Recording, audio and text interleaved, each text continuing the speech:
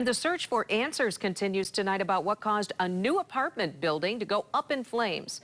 Everyone escaped the fire at Westtown at Wilson Complex in Standale, despite the building's fire alarm system apparently not working. News 8's Joe LaFurgey has been checking into this issue, and he's live tonight in Walker. Joe? Yeah, Sue, keep in mind most residents here were likely sleeping when the fire was first discovered. That was about 3:45 on Saturday morning. Many residents tell us that other residents who had already escaped set off their car alarms to make sure everybody got out. I just don't know why the alarms didn't go off. This resident, whose apartment was gutted by the fire, doesn't want to be identified out of fear management at the apartment complex may retaliate. Like other residents, she wants to know why some alarms in hallways and other common areas of the building didn't go off. The first sign of trouble was when, while she was at work, she heard about the lights in Building 200's common area flickering. My boyfriend had texted me earlier that evening that had happened and that there was a burning smell, and I smelled that as well when I got into the apartment. She went to bed about 1:30. And then I woke up at 3:45 hearing car horns, and I saw the fire out of my window.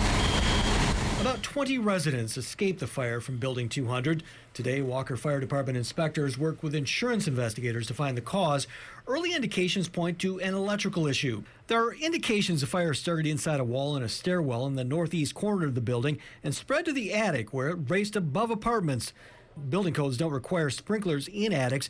The fire chief says at least some smoke detectors in individual apartments appeared to be working, but some didn't sound because doors to the apartments held back the smoke.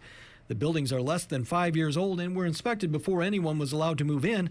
The fire chief says if the fire did start in the walls, even an inspection may not have caught the problem. Those are the ones where you get that smell, or if you get like a lights flickering or unexplained power outages.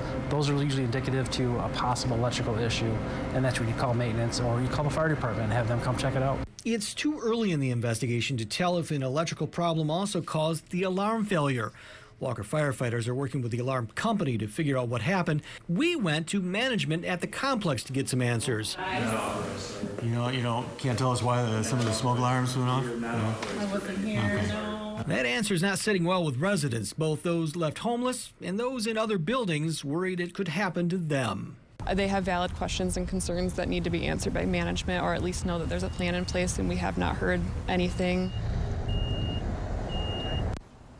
And again, the message tonight from Walker's fire chief: if you smell smoke, you may not think it's anything, but dial 911 anyway. He says they'd rather respond to something that turns out to be a false alarm than to something that turns out to be a larger fire later on that actually puts lives at risk. Live tonight in Walker, Joe LaFurgey, News 8.